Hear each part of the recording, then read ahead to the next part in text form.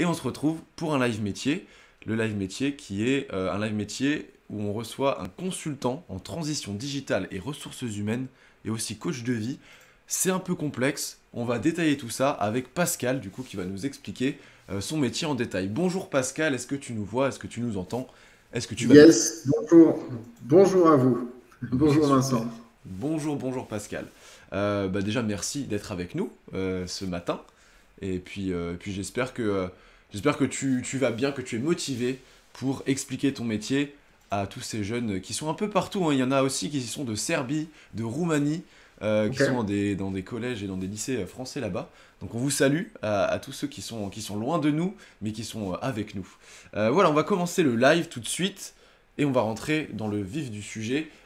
Ton métier, alors est-ce que tu peux déjà nous détailler un petit peu en une phrase peut-être ce que tu fais avec l'intitulé de ton métier?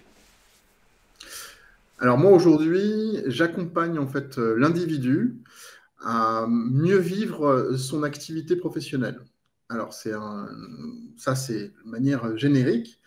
Et comment je procède? Je procède en fait en allant diagnostiquer les entreprises, en allant voir en fait sur la partie digitale quels sont leurs usages, qu'est-ce qu'ils réalisent, qu'est-ce qu'ils font exactement, et de décortiquer dans l'usage global de l'entreprise si on peut rajouter justement une couche de digital. Donc quand on dit digital, c'est aussi bien rajouter des outils numériques, ça peut être des solutions logicielles, mais ça peut être aussi rajouter juste sur un véhicule, par exemple, le fait que on améliore l'habitacle du véhicule en mettant, par exemple, du Bluetooth, en mettant un écran qui permet en fait d'avoir ce qu'on appelle du mirroring, donc d'avoir en fait ce que l'on a sur son application smartphone, de l'avoir sur l'écran du véhicule. Bref, c'est réfléchir l'entreprise autrement pour qu'on puisse accompagner en fait l'individu à avoir un peu plus de bien-être. Donc, ça passe par à nouveau cette étape de diagnostic. Et puis ensuite, je fais souvent une étape de veille. Qu'est-ce qui existe sur le marché? Comment on va pouvoir utiliser des outils numériques, mais aussi de management ou de gestion des ressources humaines pour améliorer, entre guillemets, la vie du collaborateur ou la vie de l'entrepreneur. Et puis, j'accompagne ces entreprises sur des périodes plus ou moins longues. Ça peut varier de 3 à 1 an, en y allant une fois par quinzaine, par exemple, et en me déplaçant ou en faisant de la visio comme aujourd'hui, pour mettre en place en fait à nouveau des outils. Et puis, j'ai une dernière casquette, une dernière activité dans mon métier, où je me suis formé récemment au métier du coaching. Donc pour moi, c'est important le coaching parce que je m'aperçois que beaucoup d'individus, beaucoup de chefs d'entreprise, mais aussi de cadres dans l'entreprise, peuvent faire face à des barrières en fait liées à leurs croyances limitantes, ce qu'on appelle des croyances limitantes, c'est-à-dire ils ont des certitudes, ça fonctionnera jamais. Mettre en place des entretiens individuels, ça fonctionnera jamais. Mettre en place telle ou telle solution, ça fonctionnera jamais. C'est ce qu'on appelle à nouveau des croyances. Et donc moi, par le biais du coaching, je les accompagne à se questionner et à trouver leur propre solution par rapport justement à des points de blocage qu'ils peuvent avoir. Donc c'est pas de la psychologie, je suis pas psy en entreprise. C'est vraiment plus de l'accompagnement à mieux vivre sa condition de dirigeant ou de cadre dirigeant dans l'entreprise et derrière à s'aligner par rapport à tout ce qui existe, par rapport à l'activité actuelle et les outils en fait qui existent aujourd'hui. Pour ceux aussi qui arrivent en cours de route, là, Pascal est en train de nous expliquer ce qu'il fait au quotidien, son métier. Et en fait, c'est un peu deux métiers séparés, mais qui peuvent travailler ensemble, entre guillemets. Donc, tu as la casquette, du coup, consultant, où tu vas aider les entreprises, les entrepreneurs, les collaborateurs. Tu vas les aider en trouvant peut-être des solutions digitales, donc des solutions numériques, des outils, des choses qui pourraient leur faciliter la vie au quotidien. Donc ça, c'est ta première casquette. Et la deuxième Oui, casquette, c'est le côté coaching un peu plus privé pour une personne, un dirigeant par exemple, qui veut peut-être avoir plus de confort dans sa vie professionnelle, du coup. Tu vas pas être un coach sportif, par exemple, mais tu vas peut-être donner des conseils sur la façon de vivre, peut-être. Est-ce que Oui, tu peux nous donner, par exemple, des exemples d'une des casquettes et des exemples de l'autre casquette? alors oui, j'accompagne en ce moment un maçon, par exemple, donc une entreprise de 8 personnes qui est aux alentours de Dijon. Et ce maçon, en fait, avait un outil qu'il avait utilisé, un outil numérique, qu'on appelle un ERP. Donc c'est un outil en fait qui permet de gérer la production. Donc la production de ses chantiers, la production, le fait de créer ses devis, ses factures, suivre ses clients. Et en fait, l'outil qu'il avait, c'était l'outil qu'il avait dans l'entreprise précédente où il avait ses habitudes d'usage.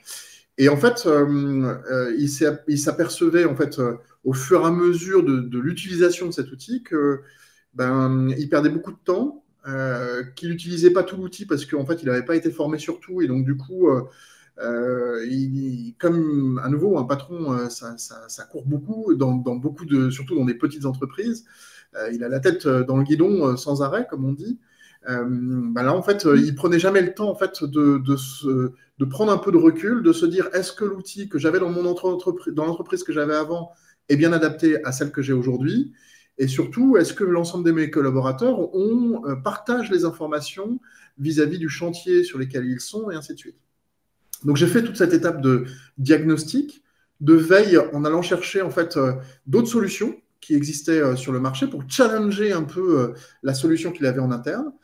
Et on s'est aperçu que en basculant sur un autre outil, donc on est passé d'un outil qui faisait globalement devis facture à un outil qui était beaucoup plus complet, qui faisait la relation client, ce qu'on appelle la partie CRM, donc c'est le fait d'être sur la relation client quand un prospect, quand un client, enfin une personne appelle l'entreprise, comment il va être accompagné tout au long en fait de l'entreprise, de la vie de son chantier. Et donc, du coup, on a mis un outil en fait qui englobait à la fois cette partie en amont, relation client, la partie en fait devis facture, gestion de chantier, la possibilité de mettre les heures pour les collaborateurs et le fait aussi que les collaborateurs puissent avoir toutes les informations sur leur smartphone pour pouvoir, lorsqu'ils sont détachés sur les chantiers, connaître les échanges que le client peut avoir avec l'entreprise. Donc ça a été une grosse partie, en fait, ça a duré 9 mois sur cette mise en place, diagnostic, mise en place, et puis accompagnement au changement, parce qu'il a fallu changer les usages, en fait, à la fois du dirigeant et des collaborateurs. Et puis, à l'issue de tout ça, le patron m'a dit, Pascal, tu m'as beaucoup challengé et ça a perturbé un petit peu les usages que j'avais et surtout, je m'aperçois qu'aujourd'hui, je gagne du temps et donc ce temps, je vais pouvoir l'utiliser pour autre chose.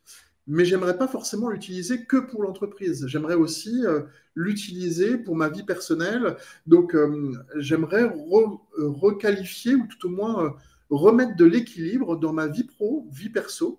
Et donc là, j'ai pris mon autre casquette, casquette de coach, pour l'accompagner à mieux vivre son entreprise, remettre une vision, une stratégie dans son entreprise et l'accompagner à gérer son temps, gérer en fait ses émotions, parce que quand on est chef d'entreprise, on a des hauts et des bas. Et ben là, je l'ai accompagné en fait vis-à-vis de tout ça pour gérer justement ses hauts et ses bas. Clair pour moi et c'est très clair pour les jeunes qui nous regardent, j'espère. Je vois les questions défiler sur notamment les diplômes que Pascal a, les qualités, les compétences qu'il faut avoir. Tout ça, on va l'aborder juste après. Donc je ne relais pas ces questions tout de suite. On va les aborder juste après. Là, on va peut-être résumer un petit peu ce qu'on vient de voir avant de passer à la suite, qui sera le parcours de Pascal. Et du coup, on verra aussi les diplômes et le chemin qu'il a parcouru jusqu'à maintenant. Donc pour résumer...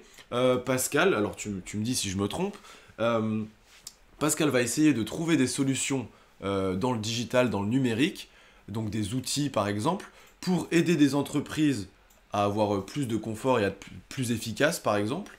Et il va aussi avoir la casquette de coach, comme on vient de le voir, pour aider des personnes, des individus directement à, entre guillemets, avoir plus de confort dans leur vie et Ouais. voir peut-être une nouvelle stratégie aussi dans leur business, s'ils en ont.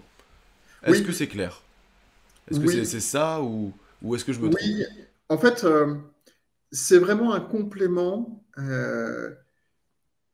Les deux vont ensemble parce que au début de mon activité de consultant, je ne faisais que de l'apport de solutions numériques, digitales, en me disant, ben, moi, ça fait déjà 20 ans que je baigne en fait dans le numérique. Je suis sûr que toutes les entreprises en ont besoin et elles ont besoin de sortir entre guillemets de la feuille Excel. Et puis, je me suis rapidement aperçu que bah, le numérique, c'était qu'une partie entre guillemets de l'accompagnement au changement et qu'il y avait une autre partie en fait qu'il fallait accompagner, qui était l'individu lui-même sur lui faire vivre entre guillemets le digital autrement, lui faire vivre, lui faire comprendre qu'à partir du moment où il collabore beaucoup plus avec ses collaborateurs grâce à des outils de communication interne, des outils de messagerie interne et ainsi de suite, eh ben, ça va induire un autre fonctionnement et on va le bousculer un petit peu dans ce qu'on appelle des paradigmes dans ses usages, en fait. Et donc là, en fait, la cascade du coach m'a paru évidente. Donc c'est pour ça que je me suis formé là-dessus. C'est pour vraiment accompagner l'individu à mieux vivre son activité professionnelle et ses activités autour. J'espère que c'est clair pour vous. En tout cas, moi, c'est très très clair. Et j'ai l'impression que c'est clair aussi pour les jeunes dans le chat qui posent des questions, donc qui sont proactifs. Très très bien. La question du salaire, tout ça, on viendra peut-être après dessus. D'abord, on va parler de son parcours à Pascal. Le parcours, alors qu'est-ce que tu as fait comme études? Est-ce qu'il faut des diplômes aussi pour faire ce que tu fais aujourd'hui? Explique-nous un peu ton cheminement à toi. Alors moi, j'ai commencé par un BEP, c'est-à-dire que ils m'ont vu peiner un petit peu en quatrième et troisième et ils m'ont dit Pascal, les études, c'est pas systématiquement fait pour toi. On va te mettre dans une filière pro. Et donc, j'ai pris l'apprentissage à travers un BEP et un bac pro de la préparation de la forme imprimante à la Chambre de commerce et d'industrie de Paris. Donc, c'est un diplôme qui prépare à être maquettiste, à être retoucheur chromiste dans des agences de communication. Et donc, du coup, bah, voilà, j'ai fait 4 ans en fait, de BEP et bac pro en apprentissage dans une imprimerie en région parisienne. J'ai adoré rentrer dans la technique. L'ordinateur arrivait en fait dans cette filière-là, et donc bah, tout de suite en fait j'ai baigné dedans. Donc dès l'âge de 16 ans en fait, je me suis glissé en fait dans la peau du maquettiste. Et puis après 10 ans dans les arts graphiques, en agence de communication sur Paris essentiellement, je me suis aperçu que ce qui faisait en fait l'agence de communication, donc le digital, c'est pas forcément le fait d'avoir des bons outils et ainsi de suite. C'est vraiment l'homme en fait, l'homme et la femme, l'homme avec un grand H, donc l'homme et la femme. Et la matière grise qu'ils peuvent avoir. Donc je me suis dit, tiens, pourquoi pas comment apprendre à recruter. Et donc bah, j'ai changé de casquette, c'est-à-dire que j'ai arrêté en fait les arts graphiques pour aller dans une société d'intérim, alors spécialisée dans les arts graphiques quand même, parce que c'était quand même mon métier de base, mais je suis allé dans une société d'intérim spécialisée dans les arts graphiques, donc dans le détachement de maquettistes, de directeurs artistiques, de directeurs de création, directeurs marketing et ainsi de suite. Et donc j'ai fait 10 ans dans les ressources humaines, donc dans le recrutement. Et là, j'ai croisé énormément d'entreprises qui avaient des problématiques de recrutement, c'est certain, mais qui avaient des problématiques plus larges, entre guillemets, sur la gestion des compétences, gestion de la politique RH au sein de l'entreprise. Et donc, après avoir fait 10 ans dans les arts graphiques, 10 ans dans les ressources humaines, j'ai monté en fait ma première société qui avait pour but de créer des équipes sur mesure d'indépendants en fonction des projets des entreprises. Donc, j'allais chercher des maquettistes d'un côté, des directeurs artistiques de l'autre, je créais une équipe et j'allais répondre aux besoins de sociétés comme Bonduel, par exemple, sur Lyon, qui avait une problématique pour créer un nouveau produit. Et ben nous, on crée toute la communication autour de ce nouveau produit. Donc, je crée des équipes sur mesure par rapport à ça. Donc ça, c'était ma première start-up. Et ma deuxième start-up, en fait, que j'ai créée et arrêtée en 2019. C'était une start-up qui avait pour but de faire du recrutement sans CV. C'est-à-dire que l'individu pouvait mettre ses réalisations et puis au bout de quelques secondes, il pouvait voir en fait le parcours et les offres d'emploi qui pouvaient lui être apportées, et tout ça par de l'analyse via de l'intelligence artificielle. Donc voilà, un parcours qui a été en fait dans différents univers, mais qui a toujours été avec un fil rouge autour de l'humain. C'est-à-dire que même dans les arts graphiques, très rapidement, j'ai été chef de studio en fait en agence de communication. Donc j'ai managé en fait des individus. Après, je suis parti dans le recrutement. Et enfin, j'ai travaillé sur de l'analyse de compétences et comment faire évoluer les compétences au sein des startups que j'ai créées. Donc, du coup, ben, de manière évidente, je me suis dit en fait qu'il fallait que j'accompagne les entreprises dans la gestion de leur transition digitale, donc comment mettre du digital, et la gestion des ressources humaines. Donc, ça fait un lien qui est à nouveau travailler sur la transition digitale et RH, donc travailler sur les usages, et puis en rajoutant cette casquette de coach, ça me permet en fait d'avoir cette posture coach, une posture qui est travailler les projets que j'accompagne en entreprise en faisant en sorte que les solutions, ben, j'apporte des solutions, outils, métiers, mais les solutions de mise en place, les solutions de mieux vivre l'entreprise, ça, en fait, je travaille par le coaching auprès des personnes que j'accompagne. Donc voilà un parcours dans lequel, au démarrage, j'étais pas forcément. J'aurais pu finir directeur artistique ou directeur de création dans une agence. Là, aujourd'hui, j'ai choisi en fait d'aller chercher l'humain et travailler l'humain en fait au sein de mon parcours. On sent que dans tous les cas, l'accompagnement, ça a toujours été présent dans Oui. ce que tu as fait. On a une question qui est intéressante, on viendra sur toutes les questions après, mais celle-là, elle est intéressante par rapport à ce que tu viens de dire. C'est Adria qui te demande pourquoi avez-vous arrêté vos startups? Ah, alors, Quel chemin prendre à ce moment-là? Pourquoi le prendre? ouais. Parce Alors, en que fait, ça a été à 9 cause ans, des pendant déconvenus. 9 ans, une startup, c'est que, enfin, plusieurs startups même, Ouais. c'est pas mal.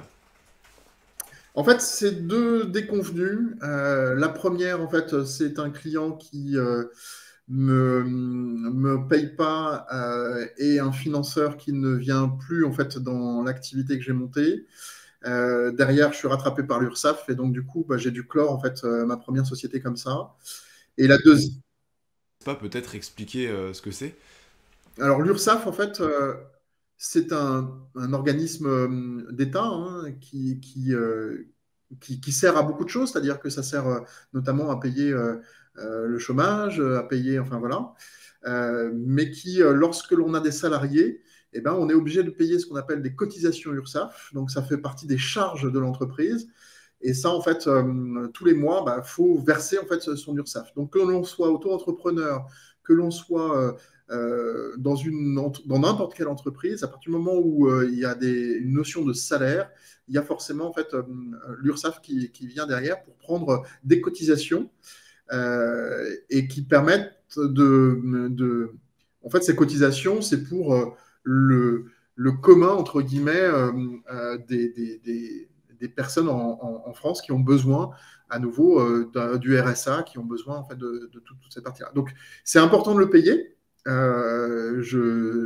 Pour moi, voilà, ça fait partie de ce que l'on a en France. Dans d'autres pays, en fait, il n'y a pas ce fonctionnement-là. Donc c'est important de le payer, mais c'est vrai que quand la trésorerie d'une entreprise en fait est mise à mal, c'est très compliqué et puis des fois ça pardonne pas en fait. On est, on arrête une activité des fois un peu contraint et forcé par rapport à ces cotisations-là. Il faut savoir que mes deux startups, je les ai arrêtées à cause de ça. C'est-à-dire que la première, à nouveau, j'ai pas su lever autant d'argent que ce que je pensais. Et puis la deuxième, en fait, on était vraiment parti en mode start-up. Donc, on faisait partie du LabRH, qui est un laboratoire sur les ressources humaines sur Paris. On faisait partie de pas mal d'organismes et on était accompagné notamment par la BPI, qui est une banque pour l'innovation en France. Euh, Mais on avait pour but en fait de lever 1,5 million sur la deuxième startup. On a levé 750 000 et le temps en fait de lever en fait tout cet argent a été trop long, ce qui nous a pas permis en fait de continuer l'activité. Donc on a arrêté un peu, bon gré mal gré, en fait, cette activité, même si on commençait à rentrer dans les grands comptes. Mais l'algorithme pour monter en fait ce projet en fait a pris trop de temps à sortir de terre. Gérer une startup et de trouver les fonds nécessaires à son projet. Non, On peut voir souvent des articles sur des startups qui explosent, etc. Ça reste quand même de l'exception, faut le dire. oui, Il y a beaucoup, oui. beaucoup d'essais de startups qui ne fonctionnent pas et malheureusement, c'est souvent pour des beaux projets, mais les fonds sont difficiles à trouver. Et voilà, comme Pascal vous l'explique, c'est des raisons financières qui font que les projets se stoppent à un moment. Oui. Mais bon, tu t'es accroché quand même pendant pas mal d'années et tu as développé pas mal de compétences aussi pour comprendre les dirigeants que tu accompagnes aujourd'hui. Alors non seulement ça, mais j'ai toujours le projet de monter une entreprise. C'est pas parce que j'ai été arrêté entre guillemets que ça m'arrête dans mes envies d'entreprendre. En revanche, je me suis dit que j'allais le prendre différemment, c'est-à-dire que les premières entreprises, je les ai montées vis-à-vis d'une intuition, et cette intuition, je l'ai transformée en recherche marketing, enfin voilà, en entreprise ensuite. Mais là, je me suis dit, je veux d'abord en fait aller dans les entreprises, comprendre où est-ce qu'ils en sont en termes de maturité digitale, pour vraiment créer l'entreprise qui va répondre à l'ensemble des besoins. Donc là, je suis en train d'écrire le projet qui aura pour but en fait d'accompagner les entreprises avec des consultants qui ont cette posture coach. Ce que je veux dire par là, c'est qu'aujourd'hui, beaucoup de consultants apportent de l'innovation dans l'entreprise, mais sans prendre en considération, alors ils en prennent en considération un petit peu, mais sans prendre en considération l'humain comme le coaching en fait pourrait prendre en considération.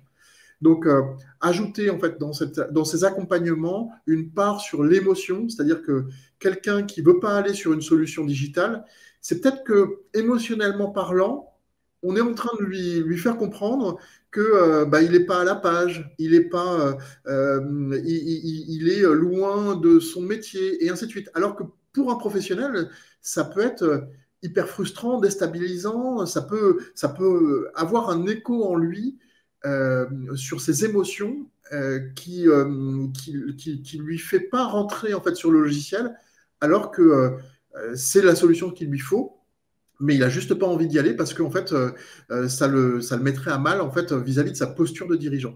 Donc là en fait je travaille ça sur l'humain et j'ai à souhait en fait de remonter une structure qui serait avant tout un réseau de consultants qui accompagnerait les entreprises avec cette posture coach. Tu as un soutien dans le chat, plein d'élèves qui disent tu gères trop. Euh, voilà, il est super. Bon, voilà. On croit en tes projets en Merci. tout cas, apparemment. On va faire un petit quiz. C'est le moment du quiz. C'est 4 questions pour voir si vous avez suivi jusqu'à maintenant. Du coup, je lance l'inscription au quiz. Vous pouvez vous inscrire. 4 questions, c'est peu. Faut répondre rapidement pour être dans le podium. Voilà, donc je vous laisse vous inscrire et puis participer à ces 4 petites questions. Il va falloir être rapide comme d'habitude. Je sais que vous aimez bien les petits quiz. Bon, c'est des questions simples. Si vous avez suivi jusqu'à maintenant, vous avez toutes les réponses. Et puis voilà, il faut être le plus rapide pour avoir le maximum de points et être en haut du classement. La Roumanie premier, on va voir. Hein. On va voir si la Roumanie finit premier. Première du coup. Numéro 1. Voilà, bon, on a pas mal de personnes déjà inscrites. Je lance dans quelques secondes pour la première question. Et la première question, comment s'appelle l'intervenant? Ah, alors, normalement, vous avez suivi jusque-là, ça devrait aller, c'est une question assez simple. Comment s'appelle l'intervenant? Est-ce qu'il s'appelle Patrick? Est-ce qu'il s'appelle Paul? Pierre? Pascal? Ou Jean-Michel? Je pense qu'il n'y a pas de piège possible, vous n'avez pas le droit à l'erreur. Je n'admettrai pas qu'une erreur soit commise sur une question aussi simple. Et quand même, on a eu 5% d'erreurs. On a eu 95% de bonnes réponses qui étaient Pascal et on a 5% de Patrick. Est-ce que ça te va, Patrick, comme prénom? Je retiendrai les 95%. Voilà, très bien. Donc, bah, Patrick, non, c'était une fausse réponse. Voilà, c'est Pascal. On garde son prénom. Euh, Merci. on va sur la question suivante. Pascal, du coup, euh, qu'est-ce qu'il est? Est-ce qu'il est ouvrier? Est-ce qu'il est salarié? Est-ce qu'il est indépendant? Ou est-ce qu'il est technicien? Alors, là, ça se dessine. On a des réponses intéressantes. Je vais dire pourquoi elle est intéressante, cette question. On va attendre la fin des... Voilà, la fin des réponses. Et on a 64% qui répondent que Pascal est indépendant. Alors ouais, c'est ça. Ok. 17% qui expliquent que Pascal est salarié. Alors non, c'est pas son statut. Dommage. Ah. Et 19% qui expliquent que Pascal est technicien. Et je mets bien ce terme technicien. Je savais qu'il y avait un petit piège. Parce que t'es un peu Hmm. le technicien des entreprises dans le digital. C'est un peu ça. Alors, je comprends et en effet, C'était le ça peut être piège. intéressant. Ça peut être intéressant parce que c'est toujours la difficulté qu'on a en fait à se nommer entre guillemets sur LinkedIn par exemple, sur des réseaux en fait professionnels. Et donc technicien, moi ça me va bien. Il y a un côté en fait très pratique, mais en effet, les consultants sont pour la plupart du temps en fait indépendants. Donc micro-entreprise ou auto-entrepreneur. Indépendant, c'est très juste. Les Oui, 19% techniciens, on vous l'accorde un petit c'est peu, ça. voilà, parce que ça peut être une explication. Salarié, par contre, c'était une mauvaise réponse. On passe à Oui. la question suivante. Dans son métier, Pascal, est-ce que il crée des sites internet pour des clients? Est-ce qu'il accompagne et coach des personnes? Est-ce qu'il embauche des employés pour des entreprises? Alors là, c'est une grande majorité qui répond correctement. Je vais pas spoiler. Mais on a une grosse majorité, plus de 90%. C'est l'avant-dernière question. Ensuite, on aura la dernière question, puis la suite avec justement vos questions à vous. Alors, la fin du temps est écoulée. Alors, on a 88% qui donnent la bonne réponse. Dans son métier, Pascal accompagne et coach des individus, des personnes, exactement. 8% qui embauchent des employés pour des entreprises. C'était pas l'objectif, c'est pas ce qu'on a expliqué. Et le piège que je voulais mettre, c'était créer des sites internet pour des clients, parce que ça aurait pu être un petit piège. Et il n'y a que 4% de personnes qui ont répondu cette solution. Donc, euh, donc voilà, Pascal n'est pas développeur, mais, un site internet, ça peut être une solution qui pourrait suggérer. Euh, Tu me dis si je me trompe, hein.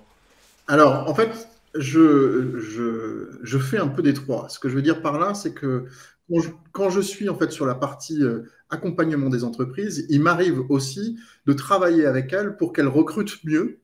Et donc, du coup, de faire des recrutements avec elles, avec tout le cycle. Maintenant, au niveau digital, en fait, on peut digitaliser tout le process de recrutement. Donc, en fait, je peux arriver à les accompagner. Donc, le recrutement, c'est plus ce que je fais. En revanche, je peux accompagner certaines entreprises à mieux recruter. Ça, c'est une chose. Et pour la partie site internet, il m'arrive de faire des sites internet. Alors, c'est du WordPress, donc c'est du petit site internet. Moi, ça me permet de garder un peu la main, malgré tout, dans la technique. Et ça, c'est toujours intéressant de voir un peu, enfin, de pratiquer.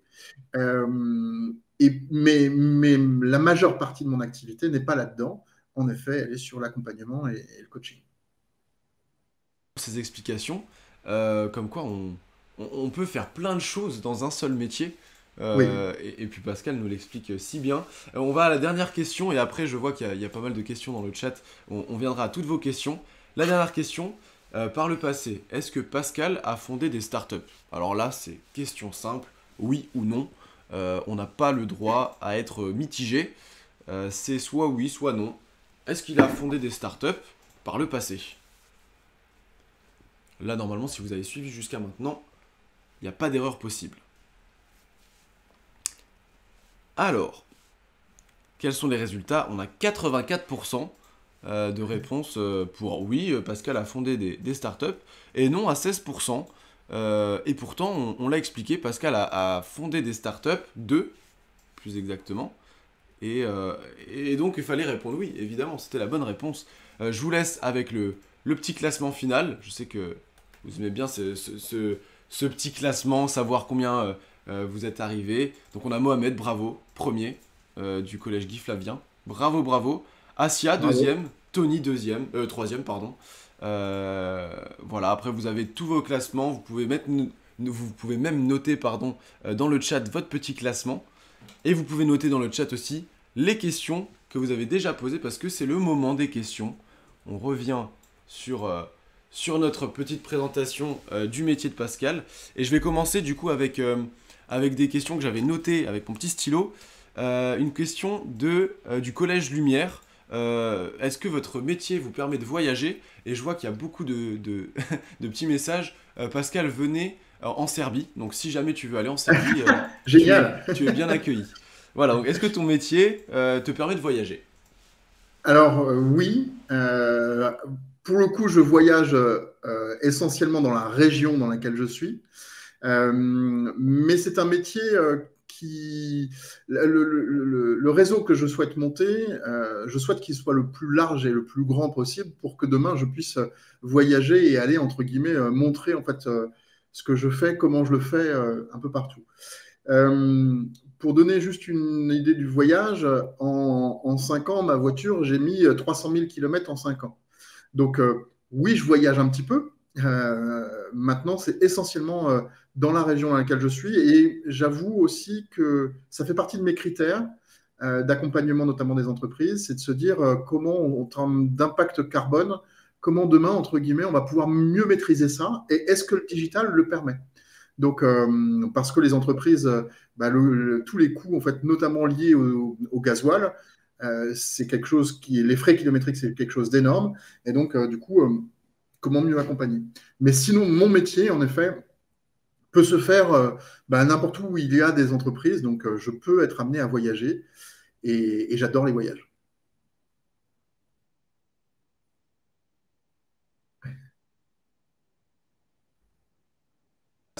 C'est C'est vrai que ça, tu as cette liberté. Tu exactement. voyages pas forcément, mais tu as la possibilité de le faire. Oui, tout à fait. Alors, qu'est-ce qu'on a comme question? Je vais revenir sur les questions qu'on avait déjà tout à l'heure. Alors, Lola qui nous demandait, est-ce que tu es épanoui et pourquoi avoir choisi ce secteur? Et je la lis directement à la question d'Aboubacar qui vient de tomber. C'est quoi votre métier préféré? Ouais.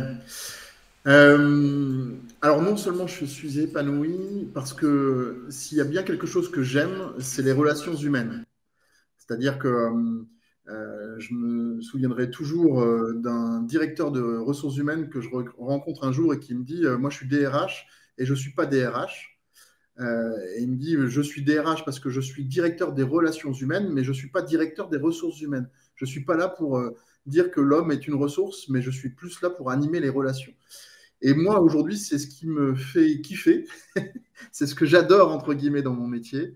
C'est d'être vraiment, en fait, sur la gestion de la relation. C'est-à-dire que je rencontre des entrepreneurs qui sont tous différents, qui ont des parcours de vie différents et qui ont des besoins, en fait, qui peuvent être à différentes hauteurs. Donc, du coup, oui, j'aime ce que je fais. Et c'est surtout, en fait, quand je sors d'une entreprise et que l'entreprise me dit, quand j'arrive dans une entreprise et que l'entreprise me dit, mais vous commencez par quoi là? Enfin, c'est un atelier qui va challenger en fait toute notre proposition de valeur, mais pourquoi vous faites ça et ainsi de suite. Et quand 6 mois après je les quitte et qu'ils me disent mais Pascal c'est génial l'accompagnement que tu as fait parce que ça nous a remis en fait un cadre, une structure, ça nous a permis aujourd'hui d'avoir des outils qui nous permettent de gagner du temps et de mieux vivre notre entreprise, bah oui, j'adore mon métier pour ça, quoi. Parce que en fait, je me sens utile et épanoui du coup dans ce que je fais. C'est une belle réponse philosophique basée sur l'humain, sur le social. C'est beau. Et on va passer à une petite question qui revient souvent. Est-ce que tu peux trouver aussi du coup des avantages, mais aussi des inconvénients à ton métier? Là, on a Shana qui Collège Lumière aussi qui nous pose ces questions sur les avantages et les inconvénients de ton métier. Selon toi, évidemment, ça reste personnel. Bien sûr. Euh, les avantages, je dirais que bah, l'avantage, c'est à nouveau d'être entre guillemets libre, de pouvoir choisir les clients et enfin j'aime pas forcément parler de clients, mais au moins choisir les personnes que j'accompagne. Donc ça, c'est juste génial de se dire, bah tiens, j'aimerais bien, là par exemple, je suis dans une ville où il y a un grand hôpital, j'aimerais bien aller accompagner en fait l'hôpital dans la digitalisation, mais aussi dans le coaching en fait du personnel soignant, parce que je pense qu'ils ont d'énormes besoins. Et donc voilà. Donc c'est un véritable avantage de pouvoir choisir en fait les personnes que l'on accompagne. Ça c'est pour le coup c'est intéressant. L'inconvénient, c'est que c'est encore un métier qui est relativement nouveau. Le métier du coaching, en fait, ça a 20 ans d'existence, donc pour un métier, c'est relativement nouveau. Et donc, du coup, bah, ça peut être mal perçu. On peut nous dire, bah, vous êtes un psy, mais vous êtes... Alors que non, on n'est pas des psys, on est vraiment pour challenger en fait l'existant actuel et prévoir l'avenir. Et puis le digital, en fait, ça a encore, c'est encore un gros mot en fait pour certaines entreprises qui sont sur Excel, qui sont sur Outlook. Je rencontre encore beaucoup d'entreprises où il y a un seul mail pour 25 personnes, par exemple. Une seule adresse mail pour 25 personnes. Et ben, voilà, donc donc c'est les inconvénients qu'on peut avoir, c'est qu'il y a encore un vrai. Puis après, il peut y avoir un inconvénient il peut y avoir une part d'insécurité dans l'activité que je fais en tant qu'indépendant, de se dire qu'à la fin du mois, est-ce que j'aurai l'argent nécessaire pour mon loyer, pour mes charges? Mais aujourd'hui, je touche du bois, ça fonctionne bien et je m'aperçois que des entreprises à accompagner, des individus à accompagner, il y en a plein partout. Donc charge à moi de m'organiser pour bien accompagner et avoir un flux d'activité suffisant pour pouvoir bien vivre. On a beaucoup de questions. Je suis désolé si je peux pas prendre toutes les questions. On a un temps limité. Il nous reste 10-11 minutes. Je vais en prendre encore quelques-unes. Après, on passera à la suite parce que je vois aussi qu'il y a des questions sur les compétences, sur les Ouais. qualités qu'il faut avoir. Ça, on va le voir juste après. Donc, c'est pour ça que je les prends pas volontairement. Alors, du coup, je vais prendre la question qui me paraît intéressante sur les langues étrangères. Macha te demande s'il faut parler des langues étrangères pour faire ton métier. L'anglais, c'est intéressant parce que, alors le parler, pas forcément, mais enfin, moi j'en ai besoin parce que il y a des solutions technologiques aujourd'hui qui sont développées en Inde, par exemple. Et donc, quand je les installe en fait chez des clients, bah, je suis en lien des fois avec les développeurs directement qui sont en Inde pour discuter avec eux sur comment je peux tordre, entre guillemets, l'outil pour l'adapter aux usages de l'entreprise que j'accompagne. Donc l'anglais va être important, mais sinon, à nouveau, c'est ponctuel, quoi, c'est épisodique, c'est pas du quotidien. Encore avec d'autres questions, on va essayer d'en traiter un maximum. Yasmine qui te demande combien d'heures tu travailles par semaine, et je lis avec la question de l'INSEE qui te demande si tu travailles les week-ends.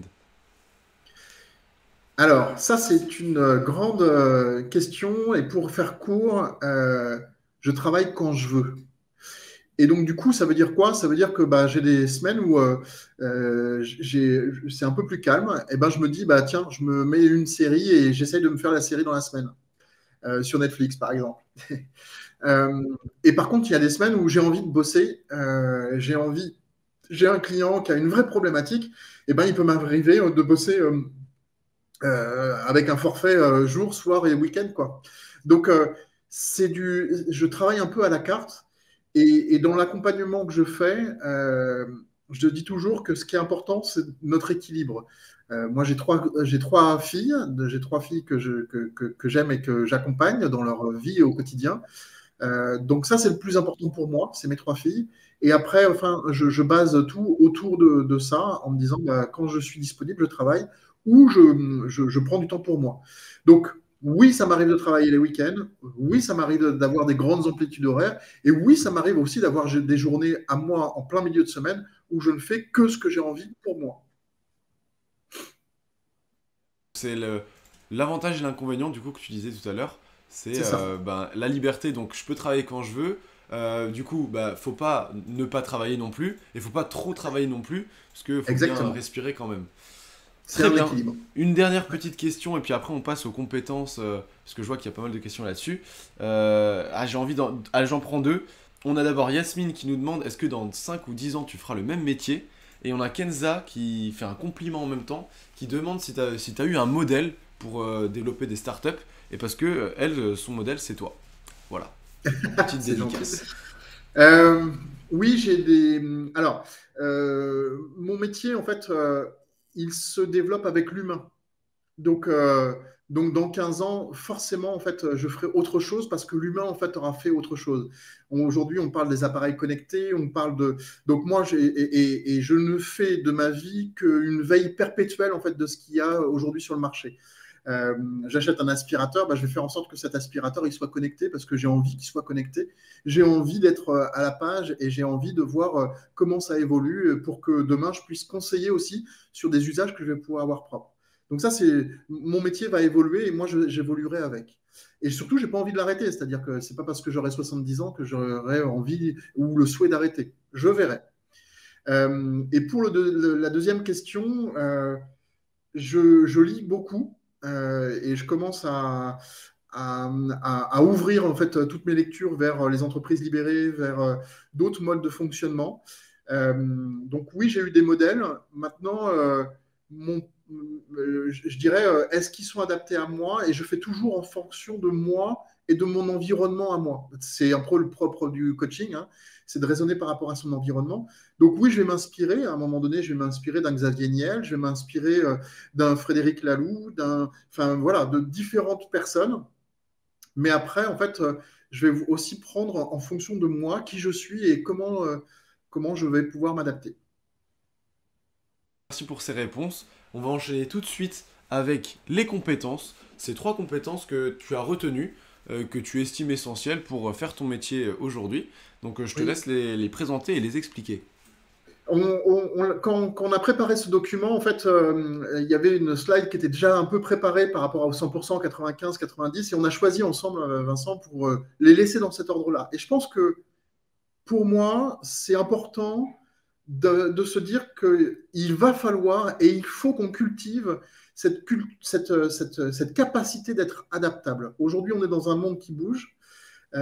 Si on voit un peu tout ce qui existe en termes d'études sur où est-ce que l'on va, euh, on sait que d'année en année, il va falloir s'adapter. Le digital, en fait, prend une part folle, mais au-delà du digital, moi, j'aime bien parler de l'ère du co, en fait, du coworking, du collaboratif, de la communication, de la cohésion, de la cohérence, enfin, tous ces termes, tous ces mots qui commencent par co demandent énormément d'adaptabilité parce que on rentre dans cette ère qui, aujourd'hui, est importante. Donc ça, c'est la première chose. Et puis, bah, pour être adaptable et pour comprendre ce qui nous entoure, bah, il faut cultiver le relationnel. Et pour moi, le relationnel, c'est la deuxième qualité qu'il faut mettre en avant. Et après, on dit que la curiosité est un vilain défaut. Moi, je vous invite à faire en sorte que votre curiosité soit respectueuse, respectueuse de ce qui vous entoure. Mais la curiosité, pour moi, est une vraie qualité parce que quand on arrive sur le digital, j'ai un nombre de personnes incalculable qui me disent, bah oui, mais moi j'ai appris ça comme ça et donc du coup, j'ai pas été plus loin. Bah si, allez plus loin, quoi. Allez plus loin, vous allez vous apercevoir que au final un usage dans cet outil-là, bah, si on va un peu plus loin, on va pouvoir adapter cet usage-là à d'autres usages et se dire bah, finalement l'outil, bah, je peux peut-être le mettre sur d'autres modes, d'autres fonctions dans l'entreprise ou dans ce qui m'entoure. Dans ce qui m'entoure. Donc c'est très important pour moi ces trois qualités, l'adaptabilité, le relationnel et la curiosité. Euh, Bien sûr avec cette grande casquette de l'humain au-dessus, mais pour moi ce sont les trois qualités à mettre en avant. Merci beaucoup. On passe à la dernière rubrique, c'est les clichés. Donc j'espère que Oui, vous avez eu votre réponse hein, sur les compétences, sur les qualités à avoir. Voilà, il les a très bien expliquées. Donc je sais qu'il y en a beaucoup qui demandent à chaque fois. On passe aux clichés. On a deux ouais. clichés que tu voulais mettre en avant.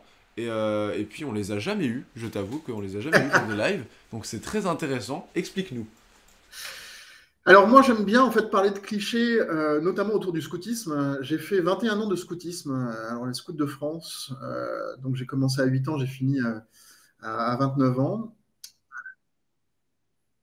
Ce que c'est que le scoutisme. Alors le scoutisme, c'est avant tout une philosophie de vie. C'est emmener des jeunes sur des week-ends faire du camping, enfin camper, mais c'est aussi accompagner le jeune dans son développement personnel sur des bases liées à une pédagogie qui passe par 5 piliers. Alors, il y a un pilier qui est très connu, qui est la religion, c'est-à-dire que les scouts de France sont très catholiques. Il y a les scouts musulmans, enfin voilà, il y a différents scoutismes qui sont liés avec un cinquième de sa pédagogie qui est lié en fait à la religion. Mais au-delà de ça, j'ai voulu le mettre dans les clichés parce que quand je mettais en fait scout de France sur mon CV, j'avais en face de moi des personnes qui recevaient mon CV et qui soit en effet me disaient bah, qui connaissaient pas le scoutisme et donc qui disaient bah, lui en fait il doit être catho ou il doit être voilà, propre sur lui et ainsi de suite.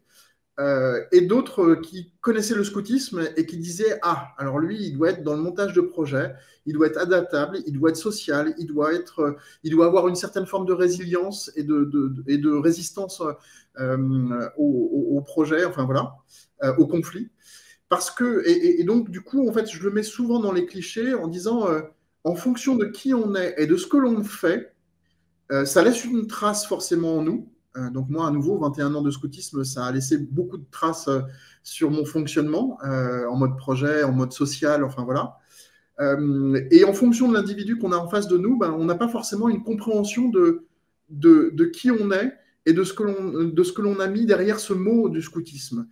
Et donc, j'aime le mettre comme un peu un étendard parce que ce cliché, en fait, ce mot pour moi a fait partie 21 de ma vie. Aujourd'hui, j'ai 45 ans et 21 ans sur 45 ans, c'est beaucoup. Et c'est ce qui aujourd'hui m'a construit et qui me lie et me rapproche de l'humain, qui est pour moi le fil rouge. Et donc, ça vient sur ce deuxième cliché qui est aujourd'hui de se dire en nous, on a tous quelque chose qui nous on va dire, lie tout notre parcours de vie. Et moi, l'humain, en fait, fait partie en fait, de ce fil rouge. Et je l'ai compris, en fait, tardivement, je dirais, lors de cette formation de coach, ben, il y a une véritable introspection sur qui on est. Et en fait, bah, j'ai mis en avant justement ce fil rouge. J'avais l'habitude de le mettre notamment sur LinkedIn ou sur mes CV, comme quoi j'avais fait 10 ans dans les arts graphiques, 10 ans dans les ressources humaines, et puis 10 ans à monter en fait des entreprises. Et aujourd'hui, en fait, j'ai complètement changé de discours parce que j'ai compris que mon fil rouge, c'était pas en fait 10 ans dans chaque activité, mais c'était vraiment un parcours où, depuis l'âge de 8 ans, en fait, je suis dans un monde très social où j'ai grandi en fait dans des environnements où l'humain, où la pédagogie, où l'accompagnement de l'individu était en fait au cœur de tous mes accompagnements. C'est-à-dire que dans le scoutisme, j'ai accompagné des jeunes. Quand j'étais après en maîtrise, j'ai accompagné des jeunes à se développer, à leur transmettre des compétences. Dans les arts graphiques, très rapidement, en fait, j'ai été manager, j'étais enfin chef de studio, donc j'ai accompagné des individus et je les accompagnais dans leur travail. Dans les RH, j'ai accompagné en fait des indépendants et notamment après des intérimaires et ainsi de suite.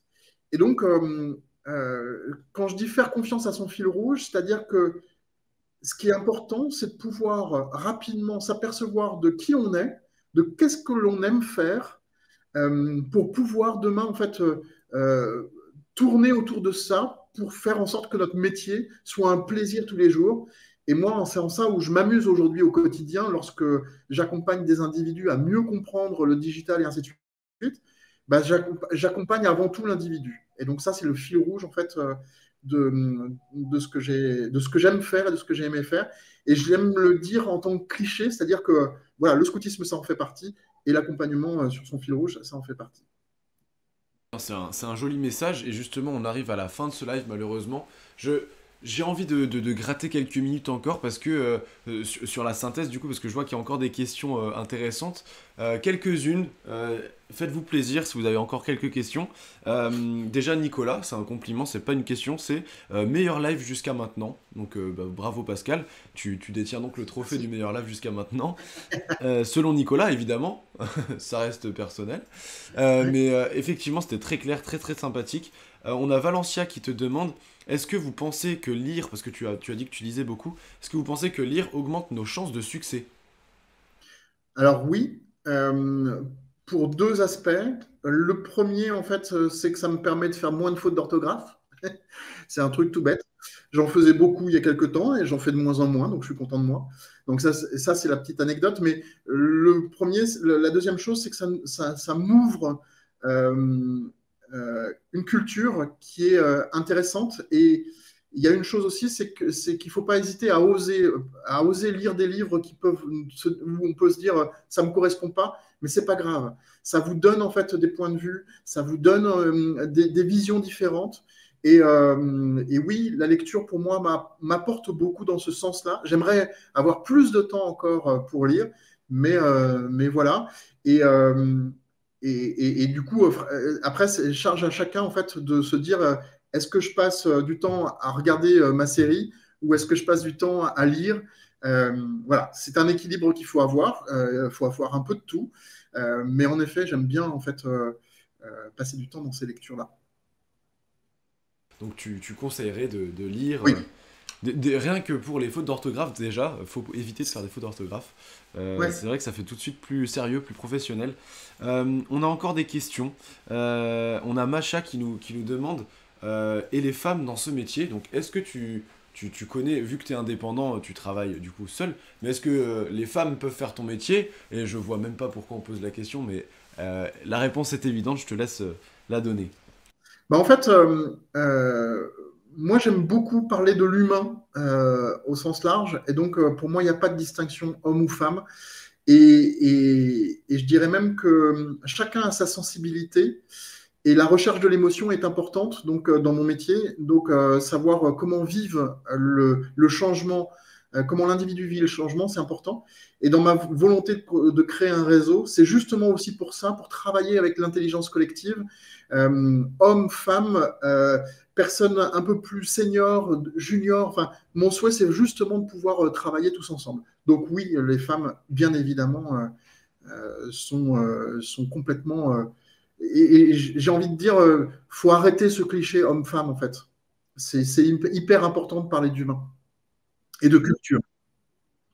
Très juste. Donc bah, la question était intéressante, mais au final, on voit qu'il n'y a même pas besoin de la poser au final. Ouais. Parce que c'est vrai qu'il y a des métiers dans lesquels il y a une grande majorité d'hommes, ou il y a des métiers aussi où il y a une grande majorité de femmes. Et là, la question se pose moins. On a Valencia encore, deux petites questions, et puis après, on ira sur la synthèse, qui te demande, vu que tu disais tout à l'heure, certains te voient comme un psy d'entreprise, est-ce que ça te dérange quand on te dit ça, un psy d'entreprise, enfin quand on te qualifie de psy d'entreprise? Et elle pose aussi la question, est-ce que tu as déjà eu des problèmes avec des entreprises que tu accompagnais, et comment tu as réagi? Alors oui, j'ai eu des soucis, enfin des soucis. C'est-à-dire des personnes en fait qui donnaient pas suite. Ce que je veux dire par là, c'est que on prévoit des rendez-vous et puis au bout d'un certain temps, en fait, ils s'aperçoivent qu'ils n'arrivent pas en fait à se remettre en question. Et je pense que ça fait partie aussi du coaching de pouvoir se dire à un moment donné, bah stop, la personne. Alors soit c'est pas moi, donc c'est là où j'aimerais avoir mon réseau en fait de coach pour dire bah je suis peut-être pas le bon individu pour accompagner en fait cette personne. Donc j'aimerais l'orienter vers quelqu'un d'autre. Donc oui, ça m'est arrivé en fait d'avoir des échecs, c'est-à-dire des personnes qui au final en fait arrêtent l'accompagnement en cours de route. Euh, et puis la première question, ça portait sur quoi? La question c'était, est-ce que ça te dérange quand on t'appelle psy d'entreprise, quand on te qualifie de psy Ah, psy d'entreprise? d'entreprise. Euh, Rien ne me dérange. Après, j'aime bien clarifier les choses. Donc, qu'est-ce qu'on entend par psy d'entreprise?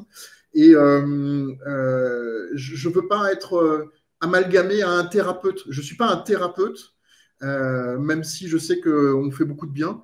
Mais je suis vraiment plus sur l'instant présent, parce que c'est la seule chose sur lequel on peut agir, c'est le présent. et éventuellement avoir une stratégie ou une vision pour le futur. Et donc ça, en fait, c'est en ça où les psys, en fait, sont plus sur le passé. Qu'est-ce qu'on a fait dans notre enfance? Qu'est-ce que notre père, en fait? Moi, je suis pas là-dedans. Je suis vraiment plus sur le coaching, de se dire, OK, aujourd'hui et maintenant, qu'est-ce que tu veux mettre en place?